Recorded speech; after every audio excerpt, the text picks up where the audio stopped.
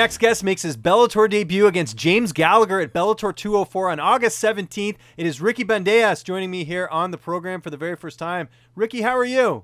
Good. How you doing, man? I'm doing very well. Now, where am I getting you? You got a nice porch there. I imagine that's your house? Yes. Right on the porch of my house. Good stuff, man. You got some great weather out there, and it's good to talk to you. I've been keeping, people in the know when it comes to prospects have been keeping an eye on you for a while. But one thing I wanted to know is how did you get involved in combat sports initially? I wrestled in high school, and then when I graduated, I didn't want to go away to college. And coincidentally, Nick Catone opened up the gym like a minute away from my house. So I went there, tried it out, and he asked me to fight, and been fighting ever since. That's great. So I'm sure Nick was a big influence. What about watching the UFC? Was there anyone that you really kind of gravitated towards? Someone that you're like, I gotta watch their fight when they're fighting? No, there was really nobody. Before I started, I didn't really know what the MMA scene was. I had an idea, but I wasn't watching it. Now I watch it every week. It's on. But back then, I didn't know too much. That's great. And you've obviously have a great record here, 10-1. At what point in your career did you know that you were going to do this professionally and be successful at it? Was there like a specific fight or specific moment where you're like, hey, I'm going to make a run at this?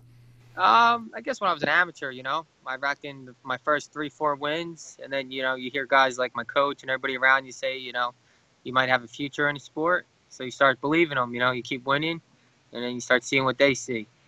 Great. Now, are you a full-time fighter, or do you have a job on the side that pays the bills and everything? The last 2 fights I've been taking off for fight camp, but normally I work. I'm a union carpenter up in the city. Oh, cool. Okay.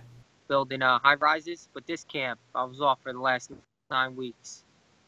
Excellent. Yeah, and an opponent like Gallagher, you need a full camp, and obviously, he's been very successful. But let's talk about Bellator. How did this come together, fighting for one of the best promotions in MMA, and how many fights is it? It's 4-fight contract, and I talked to my management, and my wife suggested maybe we just see what they would offer because they're waiting for the UFC, and they came back with an offer I couldn't refuse. Yeah, and it certainly worked out well. And, of course, you're managed by Sucker Punch, which is, one of the best management groups out there. That's pretty awesome, though, man, because, oftentimes when we see guys being brought into Bellator, they're not getting multi-fight contracts. When you found out it was, more than one fight, you must have been pretty happy about that. Yes, very, very happy with it. Now, with that said, are you surprised they gave you James Gallagher right off the bat? Because, this is a guy that they've been very big on. The promotion's kind of, backed him, and now you get to meet him in your debut.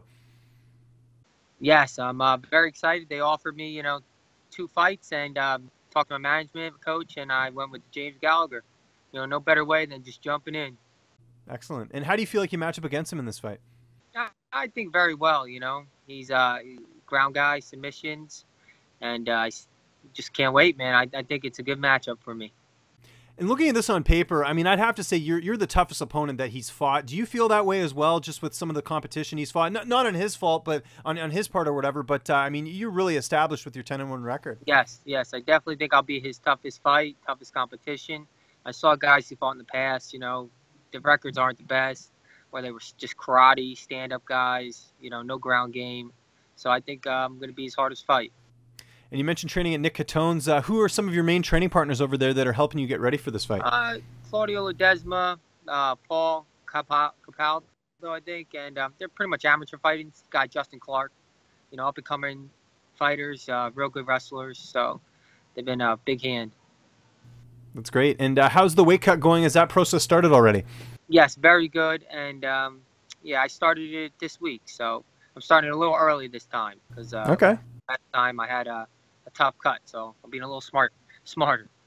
Now, I imagine Nick Catone's going to be in your corner. Who else is going to be with you on fight night? My corner will be Nick, my dad, and then Claudio Ledesma, who's a professional fighter, helps me train.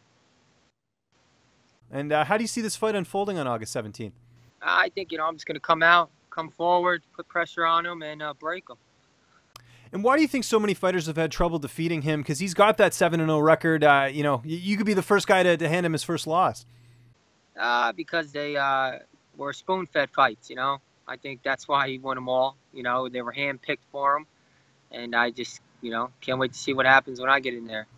Absolutely. How do you feel like you stack up against the division as a whole? It's gone through a bit of an influx right now. They've got a new champion in Darion Caldwell. What are your thoughts on the division as a whole?